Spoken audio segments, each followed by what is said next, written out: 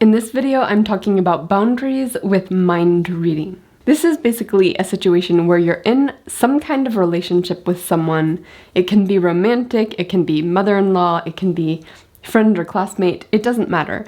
And they are projecting your motives onto you. So they're constantly saying things like, you're only doing this to get pictures for social media, you're only doing this to get out of lunch with my mother, you're always trying to make me look bad and make yourself look better. They're basically defining what they believe is inside your head. This can be a really manipulative behavior in many circumstances.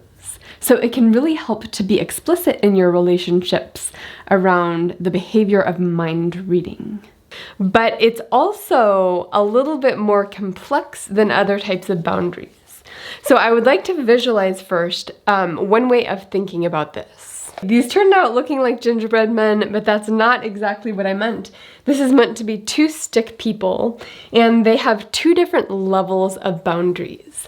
So there's sort of the classic boundaries, which are boundaries around what you expose yourself to in your life, what kinds of social relationships you engage in, your behavior, your social space, all of that kind of stuff. Stuff that's in the external world and stuff in the internal world. So this is like the classic definition of boundaries. It's sort of what is in your purview, what you're taking responsibility for in your life. Now, this is the other boundary, which is basically the boundary of your skin and your brain, your head. It's sort of what is inside you. And that includes what is inside your head. It includes what's inside your heart. It includes your motives, your ways of thinking. It includes everything that nobody can actually observe except you. And these two are going to need different styles of boundaries. Okay, so why do we need two different sets of boundaries, and how do we think about them differently? Well, okay, the reason here is because in relationship, you're constantly negotiating the social shared space between you. So this area, which includes your behaviors, your words, it includes how you interact with other people, that's inside this space, as is the other person's behavior and words and everything. And the two of you are constantly negotiating what is okay and not okay. How do we make this space a better space for both of us? All right, so the reason we need two different sets of boundaries here is that stuff that's inside your skin cannot be part of the negotiated space. And here is why. The reason why is if we try to map the internal world onto external behavior, what we're going to find is that these don't map nicely. As a matter of fact, you can kind of connect many different internal states with many different things, and I'm talking as I'm making these, so these are kind of random. But the point here is that you cannot map internal states onto external observable things perfectly. So if the two of you try to negotiate what's inside your head, so like, you're not allowed to hate me, which of course you want both people in a relationship not to hate each other. And obviously you would want that to be the case always.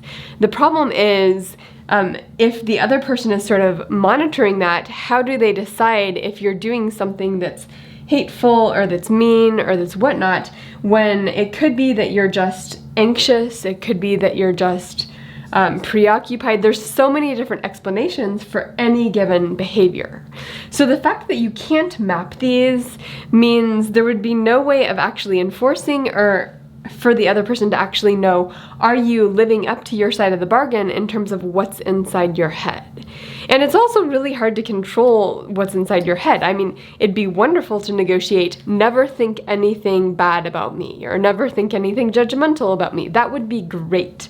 But thoughts flow through your head, you can dismiss them, you can interact with them how you want, but you don't have full control over every thought that goes through your head. So if the two of you try to put internal things, like what's going on inside your head, on the negotiation table in a relationship, that is not gonna work very well. Okay, so we need a different way of thinking about this. We need a different way of conceptualizing boundaries. And that's just this. It's the things that you negotiate in the social space between you are going to be things that both people can observe. It's behaviors, it's words, it's patterns of behavior, it's all that kind of stuff. You can negotiate that within both of your boundaries, but you can't negotiate the kind of boundary that is inside your head. And if two people can agree to this, then it's going to be a healthier relationship. And what that might mean might be that, okay, you can tell me what to think. You can tell me what you think is inside my head, but that's not a behavior that's helpful for our relationship. It's generally going to be hurtful to the relationship. And it tries to negotiate something that you really can't negotiate and certainly can't enforce. So the situation is actually a little bit more complex, though, than I've made it out to be. And that is because we are not even aware of all of our own motives, all of our own stuff going inside us. Like, how many of us really, truly, deeply understand our own behavior, our own actions, our own feelings? That's really complex just to understand yourself. However, at the same time, other people can sometimes see things about us that we can't see about ourselves. They can see patterns that we may not recognize. Sometimes they can see the darker sides of us, or the more malicious sides of us, or the sides of us that we haven't fully contended with. And you also need a sort of map of how to think about interacting with the other person, when to avoid them, when you need to say, I can't be around you when you're doing that. You need ways of figuring out when to interact with someone and how to interact with them. And to do that well, you need to have some intuitions in your head about what is motivating them. So I am absolutely not saying that you should get rid of interpretations of their behavior, including interpretations that they might be upset about, like, oh, you're just doing that for the attention, you're just doing that because you don't like older people. There's lots of sort of things you might think, okay, this person has some negative things about them, and I need to interact with them in a way that accounts for those negative things. So I want to be very clear that I'm not saying don't think things about what's going on inside their head, what's going on inside their heart. Thinking about that kind of stuff is absolutely necessary in relationship. If you try to have a relationship where you only think positive things about the person's motivating forces, you are going to be steamrolled in relationship.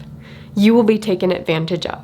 So you need a clear map of them and their motives, including their bad motives, their negative motives, the motives they would be offended if they knew that you thought that about what's going on inside their head. It's simply that you don't need to bring your understanding of what's going on inside them into this social space. That tends to create problems that you can't really untangle because of this mess. In which case, like, what should this space look like? And one thing that I've heard people say sometimes is that you should see people as they want to be seen.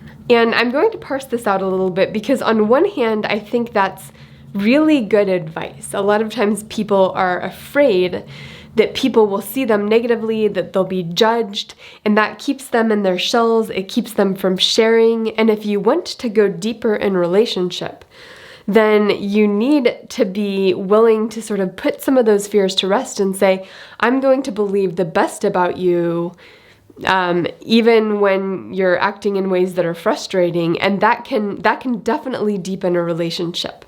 The problem here is you can't get rid of your understanding of what's going on inside their heads, including the understanding of their dark sides.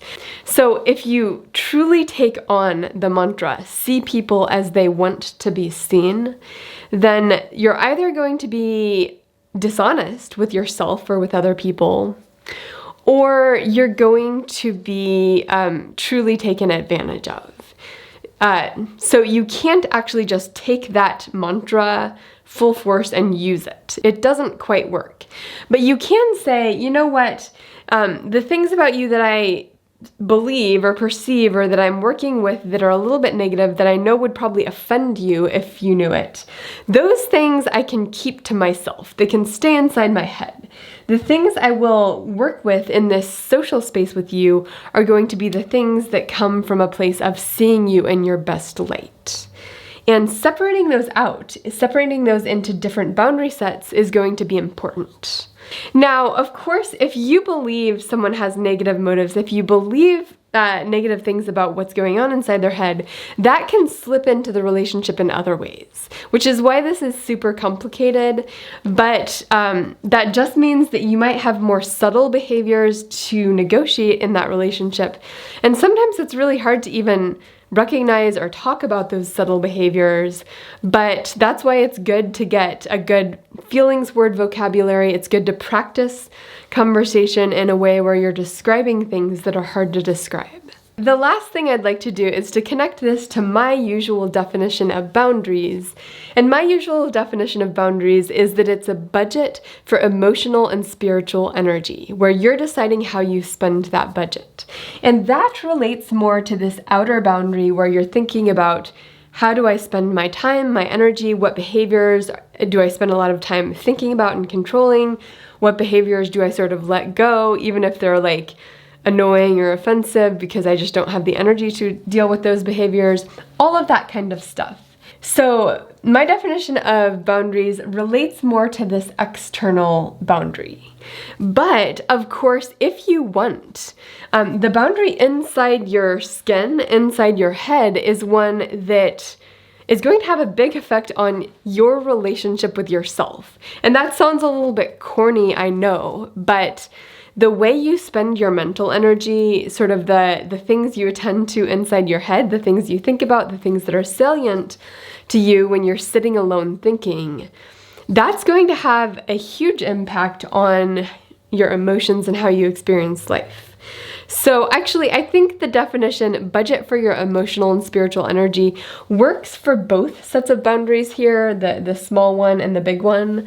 But usually when I'm talking about it, certainly on this channel, it's going to relate more to the big one. So I hope you found this helpful if you're experiencing frustrating mind reading from a partner or from a friend and it's getting in the way of your relationship. I hope that you can use this as a way of sort of framing what can you negotiate with other people and what can't you. And of course, you can negotiate their words. Like if they're constantly reading your mind, you can say, that's not a behavior I'm willing to engage with. If you're going to engage in that kind of behavior of reading my mind, I'm going to need to step back from this relationship a little bit. And therefore, sort of like that behavior, mind reading on their part might sort of slip into your relationship through what they say. And you might have to say, you know what? The times you choose to mind read, I'm gonna have to cut out that part of our relationship to protect my own sanity. That's something, I'm not saying you should always do this. I'm just saying if this is something that is majorly draining your emotional and spiritual energy, then this might be something to negotiate. They can read your mind all they want. That's going on inside their head. They're perfectly allowed to do that, but it can't be part of the social space that's negotiated between the two of you. So I hope you found that helpful. I certainly have found this kind of framework helpful, especially in thinking through annoying behaviors like that.